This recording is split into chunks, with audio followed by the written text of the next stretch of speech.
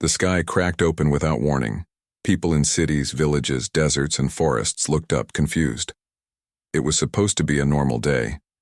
But then, the clouds turned red. A sound came, deep and loud, like 1,000 horns from the heavens. Birds fled. Dogs barked. Silence followed, but not for long. Something huge was coming. Above Earth, hundreds of alien ships appeared. They were not small scouts. These were war machines, dark, massive, floating silently like mountains in the sky. Each ship blocked sunlight. Shadows fell over homes, schools, and cities. The world froze. Governments across the planet tried to contact them. There was no reply, just the silent, threatening presence of something not human. The internet exploded with videos. People posted, screamed, ran. Fear spread like fire. In a hidden military base deep underground, General Marcus stood in front of a massive screen. He was a tall man with gray hair and sharp eyes. He had seen war before, but never like this. "They're not here to talk," he said quietly. "They're here to show power." "Sir," a soldier called out. The lead ship just opened. Something. Everyone in the command room watched the screen. The lead alien ship had begun to glow. Blue energy pulsed along its edges. Then a beam of light shot from its center and hit the ground, melting buildings in seconds. A whole city vanished. General Marcus clenched his jaw. "They're flexing," he said. "They want us to feel weak." The aliens didn't speak. They didn't need to. Their actions were loud enough. One by one, other ships followed. Beams of destruction fired across Earth. But strangely, they never hit military targets. Only cities, monuments, symbols of human pride. "This is psychological warfare," said Dr. Elena Ruiz, a scientist working with the military. "They want us to kneel before we even fight." But humans weren't made to kneel. In the shadows of chaos, the world's leaders met secretly. Old enemies became allies. Plans were whispered. Hidden projects were brought into the light. Earth had always prepared for invasion, just in case. Now, that case had arrived. Back in space, the alien commander watched Earth's response through a glowing display. His skin was pale blue, his eyes black like ink. Around him stood other alien leaders, confident, cold. "The humans are slow," one of them said. "They are afraid." "They should be," replied the commander. "This is just the beginning." But what they didn't know was that Earth had secrets. In a hangar beneath the Rocky Mountains, a machine hummed quietly. It was Earth's most powerful weapon, never tested in battle. Not a bomb, not a missile, but something far more dangerous. A human mind, Project Revenant. He was not born. He was built. Grown in a lab, trained in silence, sharpened like a blade. Part man, part machine. He had no name, just a number. 7. And he had been waiting. As the first alien boots touched human soil, number 7 opened his eyes. Cold, focused, ready. "Time to show them," General Marcus said, standing in front of his chamber. "Time to make them regret." The world outside burned. Alien war machines stomped through cities. Drones scanned the ruins.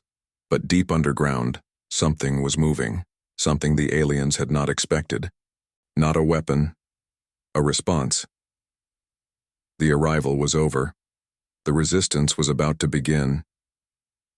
The Earth stood quiet, watching the alien ships hover like giant metal beasts. Cities all around the world had stopped. People watched the skies. The strange machines looked powerful. Their weapons glowed, and their engines hummed like thunder. In a command room deep under the Rocky Mountains, Commander Reese stood in front of a large screen. His face was tight. Around him, generals and scientists whispered. "They haven't fired yet," said Dr. Marin, her eyes on the alien ship's heat signatures. "They will," Reese replied. "They're showing off their strength. They want us scared." Suddenly, the alien mothership made a sound. A deep hum, followed by bright blue energy charging across its front weapon. "They're powering up," shouted a young soldier at the console. Then it happened. A beam of pure light shot from the alien ship. It hit an empty part of the Sahara Desert. The explosion made the Earth shake. Sand turned into glass. Satellites captured the flash from orbit. They weren't just warning Earth. They were testing their power, measuring the fear. World leaders called each other. Panic spread. But in that deep bunker, Reese only clenched his jaw. "They think fear will break us," he said. "They've never fought humans before." That night, news channels called it the first shot. People cried, others screamed for war. But Earth's leaders stayed quiet, for now. The aliens sent a message. A deep voice, translated into every language. Submit or vanish. Reese looked into the camera for Earth's reply. Calm. Cold. Determined. We do not submit. The alien battleships didn't leave. Even after Earth's warnings and failed talks, they stayed in orbit, silent, dark, and watching. It was like they were waiting for something. Cities below were tense. People stayed inside. The skies were always filled with a low hum from the ships above. General Morgan stood inside Command Center Delta, looking at the live feed of the alien ships. "They're not just here for a show," he said. "They're studying us, mapping us." Beside him, Dr. Harlow nodded. "And they're patient. Too patient." Meanwhile, far from Earth, the USS Thunderstrike, a top-secret human warship, was hidden behind the dark side of the moon. It was unlike anything the world had ever seen. Not large, but fast. Not covered in armor, but designed with a special stealth field made from stolen alien tech. On board, Commander Rhea Carter paced the narrow hallway. Her team was ready for anything. She tapped her wrist unit. "Thunderstrike to Earth base. Still no movement from the enemy. But we picked up a signal. Weak. Almost like a distress call." "A distress call?" General Morgan replied. "From the aliens?" "No, sir," Rhea said. "From one of our old probes. Deep space. It's repeating a message. They are not what they seem. Do not engage." Everyone in command froze. General Morgan's voice was low. "Where's the signal coming from?" "Sector 9. Past the edge of Mars." That didn't make sense. That probe had vanished over 20 years ago. How could it suddenly be back? Rhea added. "We think someone or something reprogrammed it." Back on Earth, panic was building. People had started protesting, demanding answers. The media spread fear, rumors of secret weapons and alien spies. But governments stayed silent. Too many unknowns. In space, one of the alien ships finally moved. It was slow, graceful.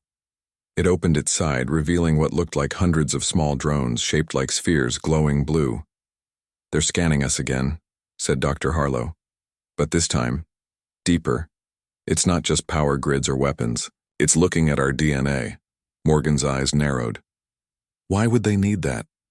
Harlow didn't answer, because she didn't know. The drones began to descend. Earth launched interceptor jets, but the drones ignored them. No fight, just observation. Then, one of the drones broke formation and hovered over a forest in Alaska. A camera feed showed it stopping above a cabin. Inside was a man, average-looking, wearing a heavy coat. But when the drone scanned him, it froze. Back at command, Harlow's screen lit up. "That man, his body is rejecting the scan. It's like he's invisible to their sensors." Morgan leaned in. "Who is he?" The name flashed on the screen. Major Elias Kane, a former Special Forces soldier, lost in a Black Ops mission 10 years ago. "Presumed dead. He was part of Project Revenant," Harlow whispered. Morgan frowned. "That program was shut down. Or so we thought." The drone tried scanning again, but something happened. It exploded. No fire, just a pulse of light, and then silence. All the other drones paused mid-air, and for the first time. The alien mothership made a sound, a loud, echoing roar, like metal grinding in the heart of a volcano. "Get me Kane," Morgan ordered.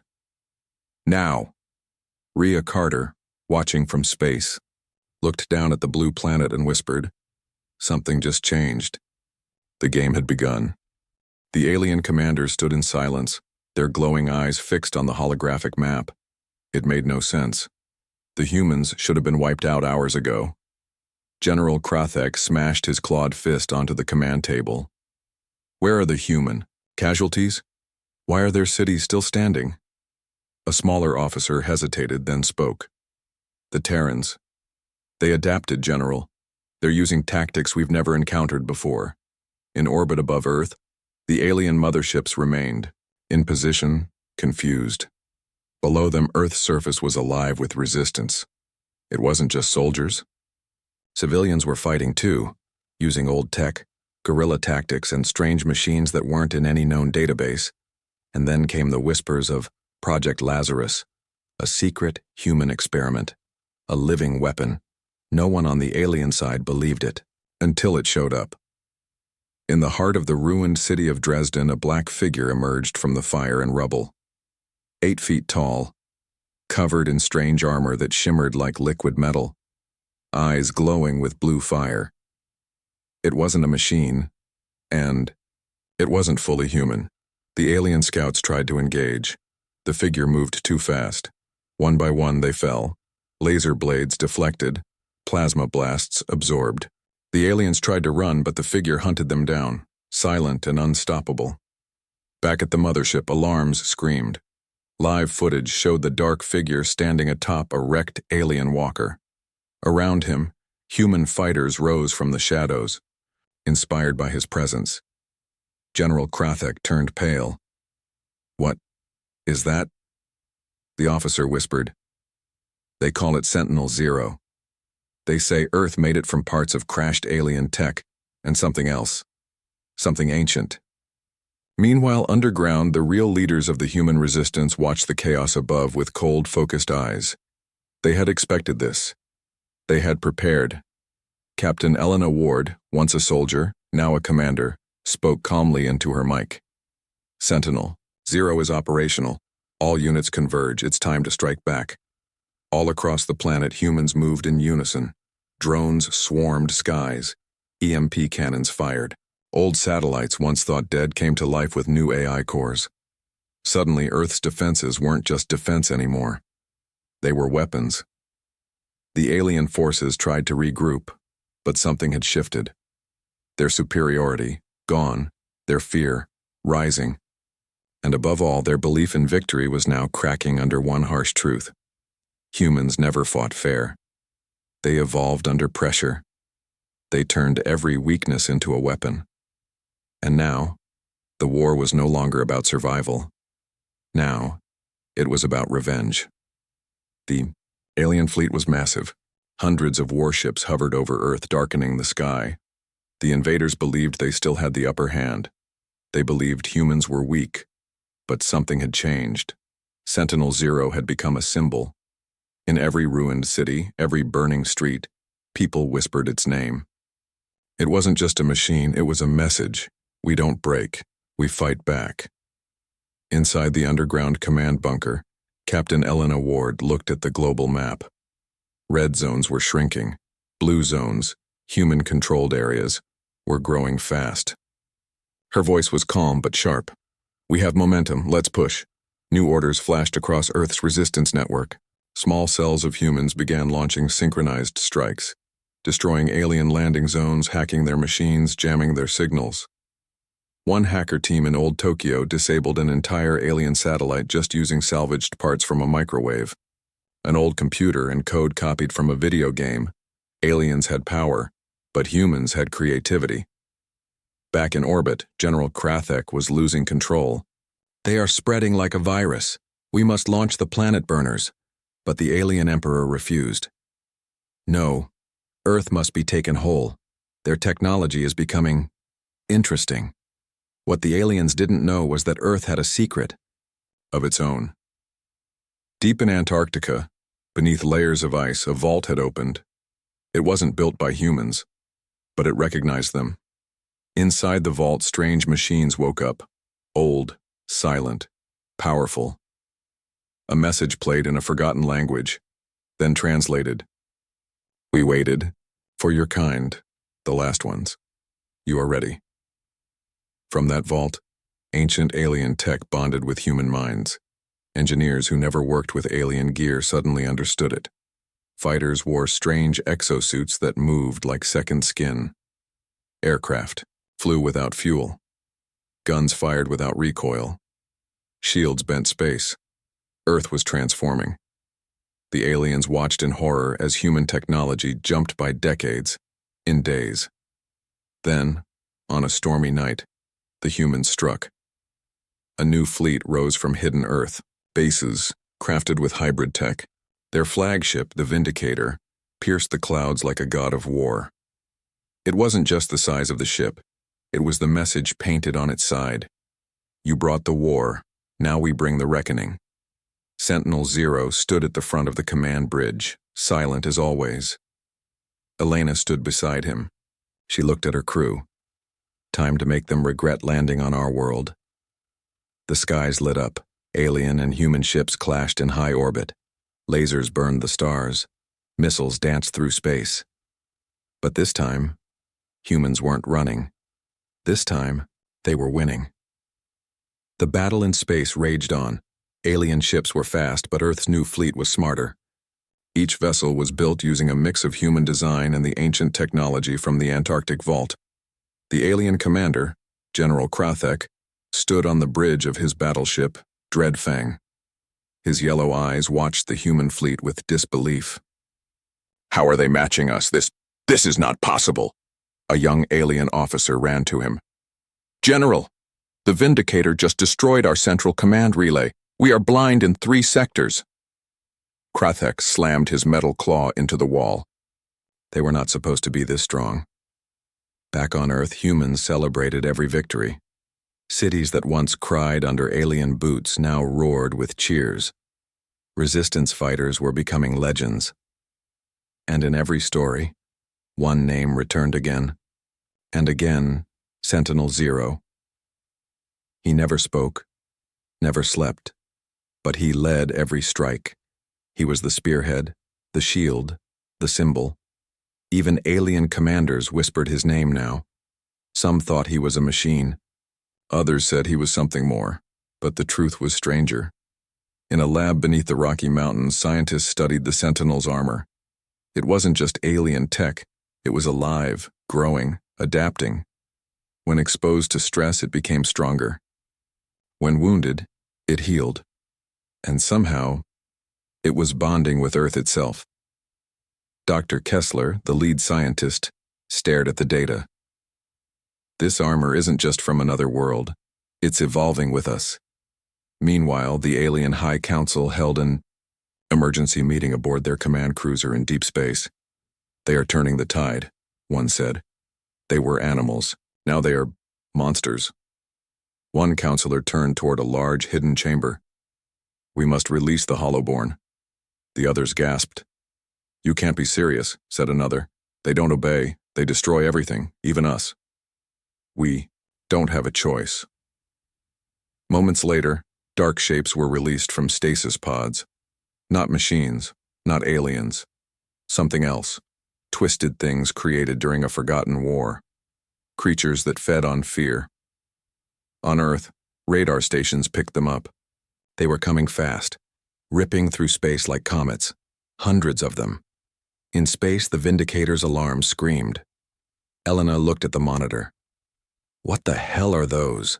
Sentinel-0 stepped forward. For the first time, he moved, quickly, as if he recognized what was coming. He walked to the weapon bay and opened a case that no one had dared to touch. Inside was a blade, black as night, humming with quiet power. Dr. Kessler's voice came over the comm. That sword, it was inside the Antarctic vault. It wasn't made by us or them. Be careful, it responds to something ancient. Sentinel-0 picked it up like it belonged to him, and then the creatures arrived. The Hollowborn weren't ships. They were living weapons, bigger than buildings. Their skin cracked with lightning. Their eyes glowed red. They screamed through space and tore into both alien and human fleets. Even the aliens lost control of them. This was a mistake, Krathek shouted as two Hollowborn ripped through his escort ships. Back on Earth, the Hollowborn had no masters. They didn't listen. They didn't stop. And they were now attacking everything. Human ships. Alien ships. Even the moons around Jupiter felt their wrath. Whole fleets disappeared into fire. The skies above Earth were red, and at the center of it all stood Sentinel-0. He walked through the shattered halls of the space station echelon, his blade humming. Alarms screamed, fires burned, and terrified voices begged for help. But he had one focus: the gate. The Hollowborn were not just here. More were coming, from a tear in space, a growing portal near Mars. If it wasn't closed, Earth would fall. Inside, the command room, Elena shouted through comms, "All forces, cover Sentinel-0. He's heading to the Rift Core." But no one could follow. The Hollowborn were too many, too fast. Sentinel-0 moved like a storm. His armor pulsed with energy. The sword in his hand wasn't just a weapon, it sang, glowing, brighter with every strike. One Hollowborn charged him. It was twice the size of a dropship. Its mouth was a pit of fire. It roared and slashed. Sentinel jumped, higher than any human should. The sword met the monster's neck, and in one cut, it fell. All around the galaxy, people watched. Soldiers on ruined ships, kids huddled in bunkers. Even alien warlords on distant worlds, they saw one man standing against creatures that made entire planets tremble. Then, he stepped into the rift. Inside was chaos, a burning void of shadows and light. More Hollowborn waited, ready to pour into real space. But Sentinel-0 was ready. He threw his sword into the rift core, a black crystal powering the portal. It exploded in a flash of white light. The rift began to collapse. The monsters screamed, reality twisted, and Sentinel-0 vanished. 1 month later, the skies were calm. Earth had won. The aliens fled. Their war machines scattered. The Hollowborn were gone. But so was Sentinel-0. Statues were raised. Songs were sung. A new alliance between human and alien survivors was signed under his name. But in a deep cave beneath Antarctica, where the original armor was found, a heartbeat echoed, a spark of light. And then, the armor opened.